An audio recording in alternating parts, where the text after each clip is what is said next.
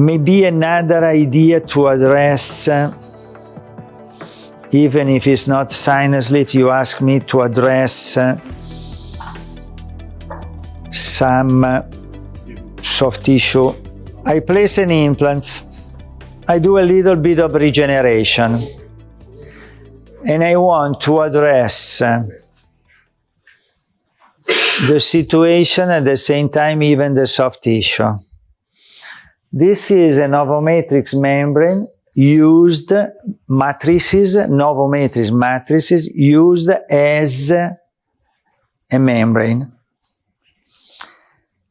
Then is glue with tissel, that is a fibrin sealant, tissel from Baxter, that is glued to the underlying bone. We use less and less pins. We use most of the time tissel, that is a fibrin sealant. You do the bone regeneration. At the level of this, we place 1 drop of tissel, fibrin sealant. We wait 2 minutes. You will have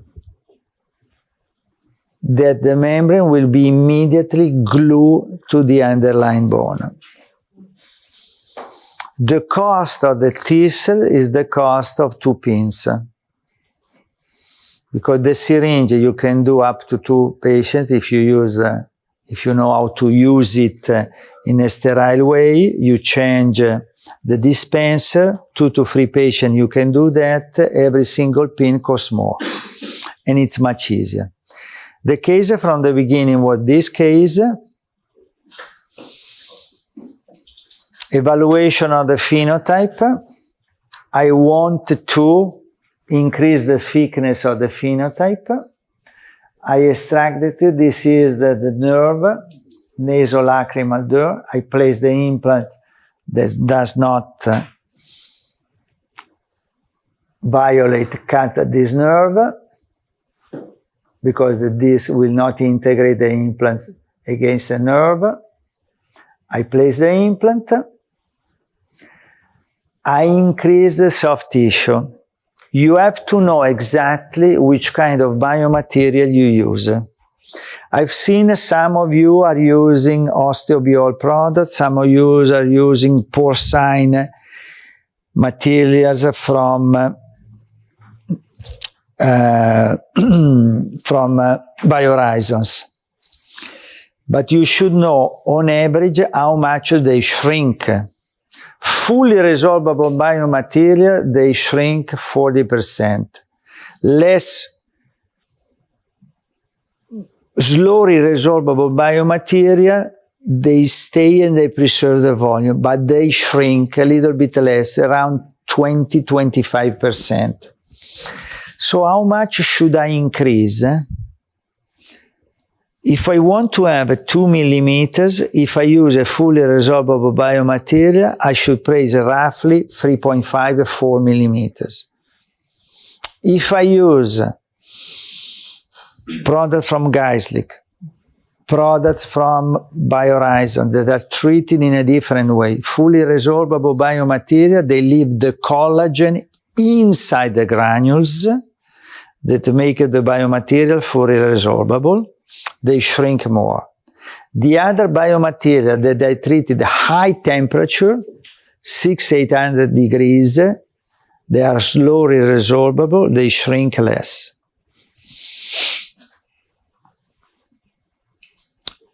We did a lot of studies of superimposition at different time lapse.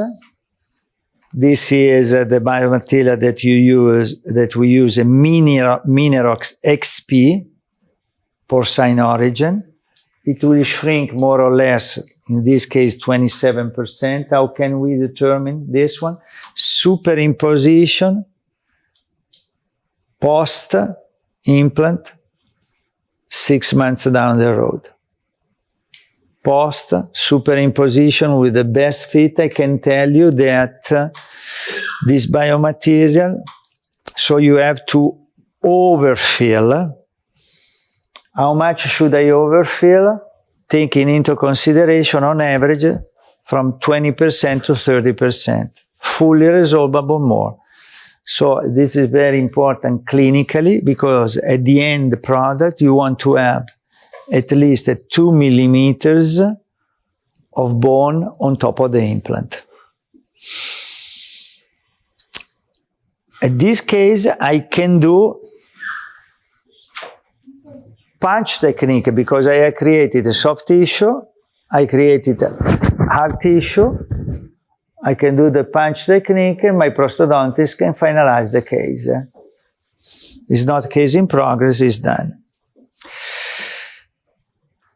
Another idea with soft tissue.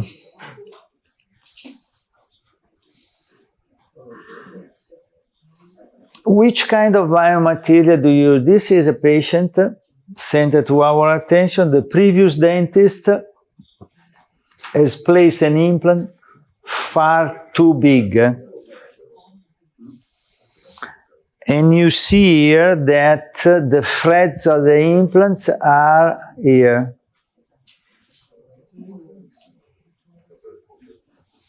What would you use here?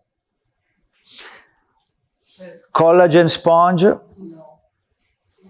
coagulant of the patient, the two choices, or if you have PRF, the literature tells you that you will have a better type of bone regeneration if you use only PRF. I let it heal, and now you have the double option. If you have at least 5 millimeters, think about placing the implants with a guided surgery, and you leave at least 1 millimeter near the implants and the tooth. Think that you have even implants FDA approved for single tooth restoration, 2 millimeters monolithic. Intralock produces the implants, always from the BioHorizon company. These are the papers showing you the efficacy of bone formation. This is 2 months follow-up. When we do cases with limited amount of bone available, at least we should have 5.5 millimeters. We do segmentation, and with artificial intelligence, this segmentation is done in a matter of seconds, and we do the planning with segmentation. And we do full guided surgery. Do not plan when you are in limited spaces in the aesthetic zone without segmentation, because without segmentation, the planning is more difficult and you don't have a full evaluation of the situation. Use the 3D images. Or you do a Maryland bridge, but do not create problem. So here is post-op, superimposition. How much bone do I need to have? Depends upon the biomaterial that I have. Slowly resorbable, overfill 40 to 50%. I want to have 2 millimeters, put 4. With biomaterials like fully resorbable osteobiol that you use, a little bit less. But always overfill, because they shrink 20-25% up to 40. So I gave you some insight on the soft tissue. So our goal is to create a transmucosal channel around our implants around 3 millimeters. 2 millimeters of keratinized tissue in width and in height that should be attached to the underlying bone, And if we have problems around the natural teeth, we can use perioflaps to address the issue. And if you want to have a gold standard, always do connective tissue of the patient. That is the best way to go with the connective tissue of the patient. If you don't have the gold standard, which is the most similar tissue, novo matrix, well cleaned, and with addition of PRF, you can have the release of growth factor on a longer period of time. I saw that some of you are using even osteobiol products. Osteobiol product, the dermal matrix, it's very hard, is not so user-friendly. So if you are still using derma, I can give you some advice. Take derma and put derma in hot water for at least 20 minutes. Because if you use derma from osteobiol, it's very rigid.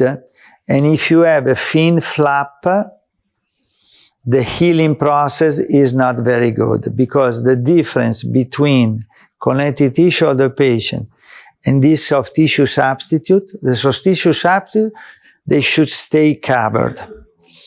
If you use a soft tissue substitute with thin flap, no matter compared to connective tissue of the patient, the healing process is somewhat slower. And when you look at the tissue, it is not as healthy during the healing process as when you use a tissue of the patient. The more rigid is the soft tissue substitute, the more problem you can have during the healing process if you have a thin flap. Because, so if you're still using derma, soak derma in the hot water that makes the membrane a little bit more user-friendly, but not as user-friendly as that one that is much more user-friendly. But this paper is done with derma, showing you that are stable. These tissues are stable. This is a case in which we use derma. Bone regeneration. At the end of the healing process, you see on top of the implants, we want to have at least 2 millimeters. Okay. Spray has already published a paper in 2000 showing you that to have tissue stability, you have to have bone. This is derma.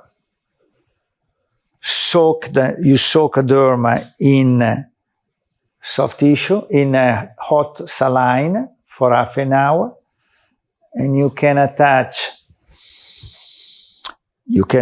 to the inner part of the flap,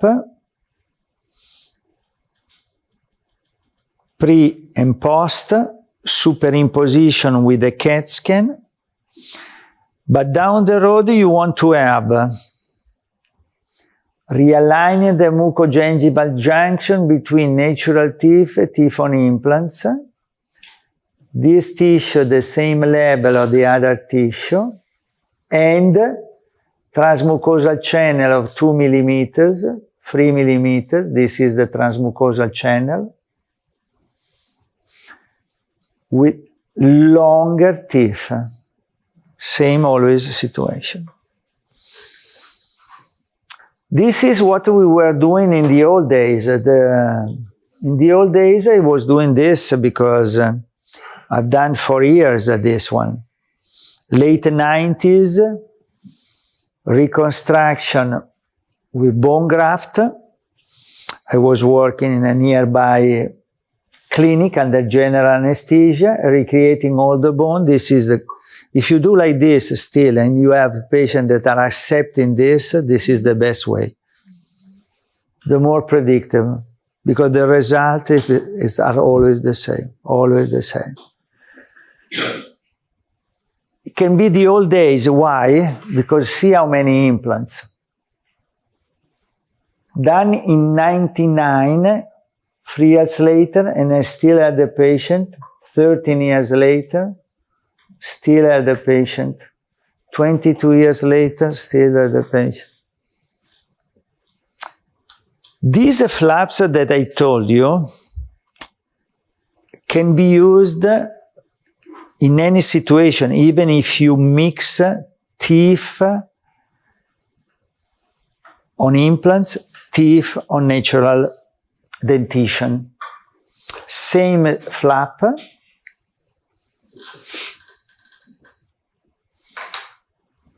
I move everything on the buccal side.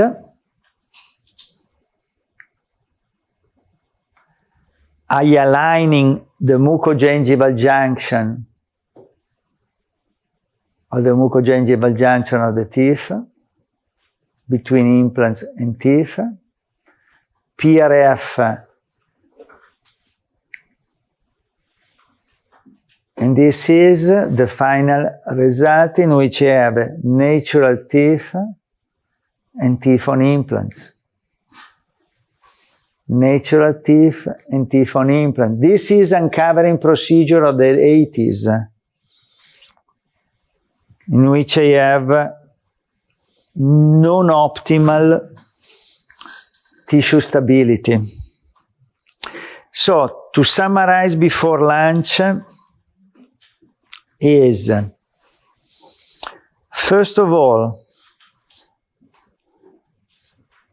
regarding soft tissue, the modern trend are the following. Means that you have to blend soft tissue and hard tissue. If you want to have on a predictable base soft tissue stability, you have to have at least 2 millimeters of bone around each implant, especially on the aesthetic zone. If you don't have 3 millimeters, mainly in the posterior part, you can increase the thickness by sinking a little bit of the implants, 1 millimeter, and using soft tissue substitute on top of this implant. But the end product at the end is always transmucosal channel free, thickness 2 free, attached tissue, 300 degrees of keratinized tissue. How can I do that? Increasing, sinking, a mixture of these two possibilities. If you have even laser lock technology of your implants, you have much better sealing. Having a much better sealing will create the possibility for you to have a long-term longevity of your implants. All the papers that you saw there, I can send to each of you. Send me an email. I will send you all the papers of the lectures, so you can have the buccally displaced palatal flap with the drawings that will change completely the way you see the patients, because you restore the soft tissue and you restore the anatomy. Then, the split thickness flap when you have bone fenestration in order not to create a perforation. Then the other important paper is the difficulty score for you to analyze all the different parameters that are classifying your sinuses. Is a central incisor sinus, easy root canal, or is the second molar? That's a big difference, because I don't want you to go back as a first case to have to operate on a second molar, because it's difficult for you, but it's difficult for us as well. So you have to start, because everybody is doing the learning curve. The other important issue in your country, for sure you will find somebody who is knowledgeable in functional endoscopic sinus surgery. Show the paper that I can provide you, transient swelling or graft dispersed in the sinus. You will avoid a lot of unnecessary re-entry, because if there are no symptoms, wait, everything will. I can provide you even with another publication, what to do with implants protruding in the sinuses, with some opacification. If there are no symptoms, wait, don't do anything. You will save a lot of problems to the patient. And this is another Delphi consensus of the 30 experts in the world. I can provide you this paper as well. The other important issue is, you need to be knowledgeable in evaluating your ENT intervention and understand that sometimes they can make mistakes. And why? Because they are humans like us, and we learn from our mistakes. Every year is better than the previous year. The more you do, the more you learn. The more mistakes you do, the more you learn. We learn with our mistakes, through our mistakes. Experience is important, but mistakes are more important. The only thing, the poor patient, but that's life. It depends on our learning curve. And the learning curve is in every profession. In every profession. That's the true reality.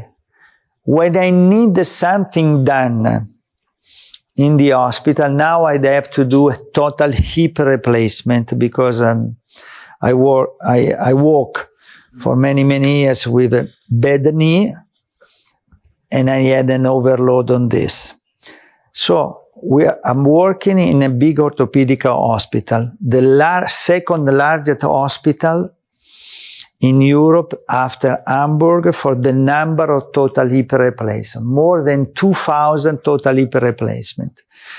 When I needed this, I'm going to ask to the anesthesiologist, what do you think is the best orthopedic?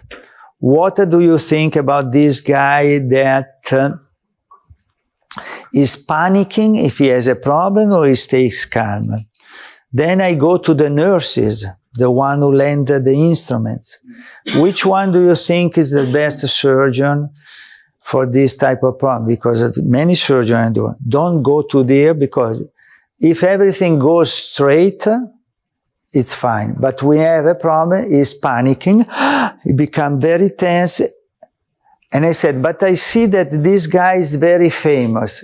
This guy is very famous because he's invested 60,000 euros through a journalist to be on papers every single day, but he's a very bad surgeon. Every 10 surgery, 9 are a mess. So, to be famous does not mean that you do a better job. So, never trust people lecturing that you might think they are famous is that they don't tell you that they have problems. How to avoid the problem?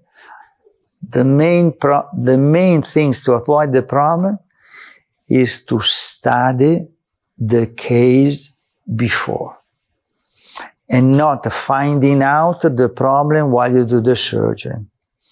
So, I've seen that most of you are using software. Follow the guidelines of the difficulty score. You will be prepared to address all the problems that we will see in the afternoon, how to address the intra-op complication. Second is be knowledgeable and pick up the right help in the ENT field, because even them are they have their learning curve. And never trust lecturers that are telling you should do my way. There is no way. Don't follow anything that I told. If you have no problem, don't change anything. That means that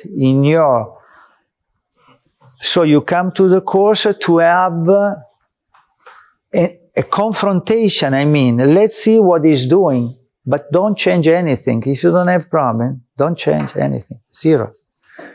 Only if you see that you have some problem, let's discuss the problem and let's see if with my suggestion you can overcome the problem, you can solve the problem. Okay, let's go and we will eat together. We will be back at 2 o'clock. Tonight we will stay together. And as I said, even if and be very frank with you, I've seen that some of you are using other products from the regenerative point of view. I have worked with Geislich product for 9 years, with Osteobiol, with them. So I have the possibility to test and do research for many companies. And even I tell to Osteobiol that Novomatrix is something that is very different from the others. So as a soft tissue substitute, the gold standard is still the patient. Connective tissue. It costs less and is very predictable. But when you have a lot of tissue to get, Novomatrix is the solution. Well cleaned, soak if you have in PRF. And that is more similar. And you have seen regeneration using Novomatrix as a membrane. Another important advice, if you can have in your countries the possibility to have a T-cell. T-cell is used in medical field by maxillofacial surgeon in hospital, by orthopedic, by normal surgeon that stops bleeding. You can glue all these membranes and the cost is similar to pins, but you reduce, Yes, if you're in your country, you will be able to import. This could be another issue to reduce. I can provide you all the contacts because you can do something easier, and the cost is even less than the pins. Is even less than the pins. You don't have to remove them, and you will make the surgery. I'm using this even with lamina from Osteobiol that are very rigid. I can use it for horizontal, vertical, and horizontal augmentation. We published few papers for them. And I think that Here we are allowed to use it. I think that even in Georgia you can use it. If you go to hospital or a similar product, you ask some orthopedic surgeons, for sure they will have it. Maybe you have not Baxter, you have another company, and you can help them in starting using this fiber glue that help you in shortening the time of the surgery.